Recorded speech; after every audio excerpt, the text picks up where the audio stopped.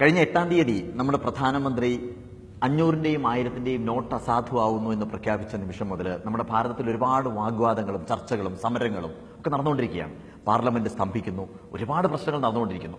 ഈ നിമിഷം വരെ അത് നടന്നുകൊണ്ടേയിരിക്കുകയാണ്. നമ്മൾ അതിന്റെ രാഷ്ട്രീയ കാര്യങ്ങളൊന്നുമല്ല ചർച്ച ചെയ്യുന്നത്.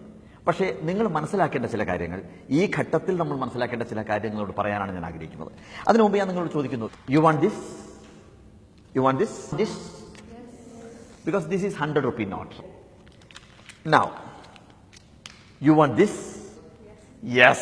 Because it is still 100 rupee note. Okay? ഈ ഞാൻ നിങ്ങളോട് ചോദിക്കുന്നു, you want this? No. കാരണം ഇതിന് വിലയില്ല എന്നുള്ളതിന്റെ പേരിലാണ്, അല്ലെ? അപ്പോൾ ഡിസംബർ 30-ാം തീയതി കഴിഞ്ഞാൽ 1000 രൂപ നിങ്ങളുടെ മുമ്പിൽ വെച്ച് കഴിഞ്ഞതിന് ശേഷം വേണോ എന്ന് ചോദിച്ചു കഴിഞ്ഞാൽ നമ്മൾ എന്ത് പറയും? വേണ്ട എന്ന് പറയും, അല്ലെ? കാരണം അതിന് വാല്യൂ ഇല്ല എന്നുള്ളതാണ്. ഇതിൽ നിന്ന് നമ്മൾ മനസ്സിലാക്കേണ്ടത്, നമുക്ക് വാല്യൂ ഉണ്ടാകുമ്പോൾ മാത്രമേ സമൂഹത്തിന് നമ്മളെ ആവശ്യമുള്ളൂ എന്നുള്ളതാണ്. അപ്പോൾ കുട്ടികളായ നിങ്ങൾ ചെയ്യേണ്ടത് ജീവിതത്തിൽ ഇപ്പോൾ ഒരു വാല്യൂ ഉണ്ടാക്കുക, മൂല്യം ഉണ്ടാക്കുക എന്ന് പറയുന്നത് വളരെ പ്രധാനപ്പെട്ടതാണ്. ഇപ്പോൾ നമ്മൾ ഉപയോഗിച്ചുകൊണ്ടിരിക്കുന്ന 500-ന്റെയും 1000-ന്റെയും കറൻസി നോട്ടുകൾ ഉപയോഗിച്ചുകൊണ്ട് ഹാർഡ് ബോർഡ് ഉണ്ടാക്കുന്നു എന്നുള്ളതാണ് കേൾക്കാൻ സാധിക്കുന്നത്. അപ്പോൾ അതിന്റെ വാല്യൂ നഷ്ടപ്പെട്ടുകൊണ്ടിരിക്കുന്നു, അല്ലേ? അപ്പോൾ നമ്മുടെ വാല്യൂ എവിടെ നമുക്ക് നഷ്ടമാവുന്നുവോ അവിടെ നമ്മളെ സമൂഹത്തിന് വേണ്ടാതെയാവും. വാല്യൂ ഉണ്ടാവണം നമുക്ക് ജീവിതത്തിൽ. That's very important. നിങ്ങൾ ഏത് കാറിൽ യാത്ര ചെയ്തു എന്നുള്ളതോ, എത്ര വലിയ വീട്ടിൽ താമസിച്ചു എന്നുള്ളതോ, ഏത് വേഷം ധരിച്ചു എന്നുള്ളതോ ഒന്നും അല്ല നിങ്ങൾക്ക് വാല്യൂ ഉണ്ടാക്കുന്നത്. നേരെ മറിച്ച് ജീവിതത്തിൽ ഒരു മൂല്യം ഉണ്ടാവണമെങ്കിൽ സത്യസന്ധത, നിങ്ങളുടെ ആറ്റിറ്റ്യൂഡ്, നിങ്ങളുടെ ആത്മവിശ്വാസം, ഇതൊക്കെ വളരെ വളരെ വളരെ പ്രധാനപ്പെട്ടതാണ് എന്നർത്ഥം. എന്തായാലും ഒരു കാര്യം വ്യക്തമാണ്, പ്രധാനമന്ത്രി ഇത് പ്രഖ്യാപിച്ചതിന് ശേഷം കള്ളപ്പണം കയ്യിലുള്ള ഒരുപാട് പേരുടെ ഉറക്കം നഷ്ടപ്പെട്ടിരിക്കും. പണ്ട് അലക്സാണ്ടർ ദി ഗ്രേറ്റ് പറഞ്ഞതുപോലെ എല്ലാം വെറുതെയായിരുന്നു, എല്ലാം വെറുതെയായിരുന്നു എന്ന് തിരിച്ചറിഞ്ഞൊരു നിമിഷം പലർക്കും ഉണ്ടായിട്ടുണ്ടാവും. പണം ഒരുപാട് കയ്യിലുണ്ടെങ്കിൽ ഒരുപാട് സന്തോഷമുണ്ടാകും എന്ന് ചിന്തിച്ച പലരും പണം ഒരു പാപമാണ്, പണം ഒരു ശാപമാണ് എന്നൊരു തിരിച്ചറിഞ്ഞ ഒരു നിമിഷമായിരിക്കും അത്.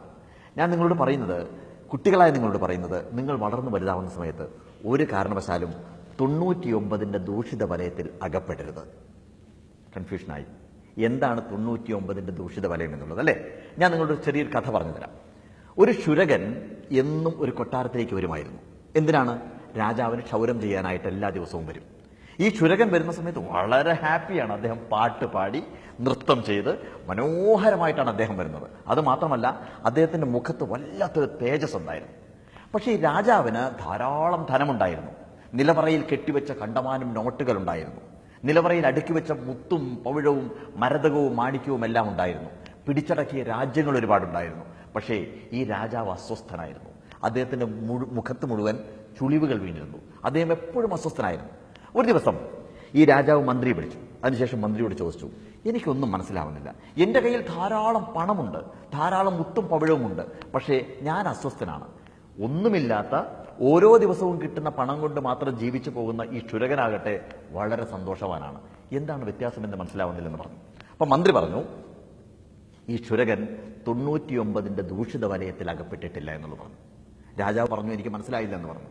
അപ്പം ഇദ്ദേഹം പറഞ്ഞു, അത് പറഞ്ഞാൽ മനസ്സിലാവില്ല, കാണിച്ചു തരാം എന്ന് പറഞ്ഞു. പിറ്റേ ദിവസം ഇവരെന്ത് ചെയ്യുന്നറിയാമോ? ഒരു 99 സ്വർണ്ണ നാണയങ്ങൾ ഒരു കിഴിയിൽ കെട്ടി. അതിനുശേഷം ഈ ശുരകന്റെ കൊച്ചു കുടിലിന്റെ മുമ്പിലേക്ക് ഇട്ട് കൊടുത്തു. ഇത് കാണാൻ വേണ്ടിയിട്ട് രാജാവും മന്ത്രിയും ഒരു കുറ്റിക്കാട്ടിന്റെ അപ്പുറത്ത് പോയിട്ട് പതുങ്ങി നോക്കിയിരിക്കുന്നുണ്ടായിരുന്നു. ശുരകൻ വന്നതിന് ശേഷം ഈ കിഴി എടുത്തു.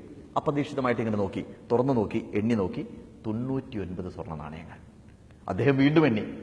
അദ്ദേഹം മനസ്സിലോർത്തു, 100 വേണ്ടേ, 99 പോരല്ലോ. അകത്തേക്ക് പോയി.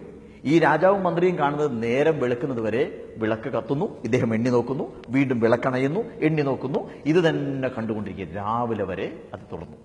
പിറ്റേ ദിവസം കൊട്ടാരത്തിലേക്ക് ശുരകൻ വരുന്ന സമയത്ത് മുഖം മുഴുവൻ അസ്വസ്ഥമായിരുന്നു. അദ്ദേഹത്തിന്റെ മുഖത്ത് ചുളിവുകൾ വീണിരുന്നു. അദ്ദേഹം നൃത്തം ചെയ്തിരുന്നില്ല, അദ്ദേഹം പാട്ട് പാടിയിരുന്നില്ല. അസ്വസ്ഥമായിരുന്നു അദ്ദേഹത്തിന്റെ മനസ്സ്. അദ്ദേഹം പെട്ടെന്ന് ജോലി കഴിഞ്ഞതിന് ശേഷം വീണ്ടും ഓടി. എന്താണെന്നറിയാമോ? വൈകുന്നേരം ആകുമ്പോഴേക്കും ഒരു സ്വർണ്ണ നാണയം കൂടി എങ്ങനെയെങ്കിലും ഉണ്ടാക്കണം, കാരണം അപ്പോഴേ 100 തികയ്ക്കാൻ സാധിക്കുകയുള്ളൂ.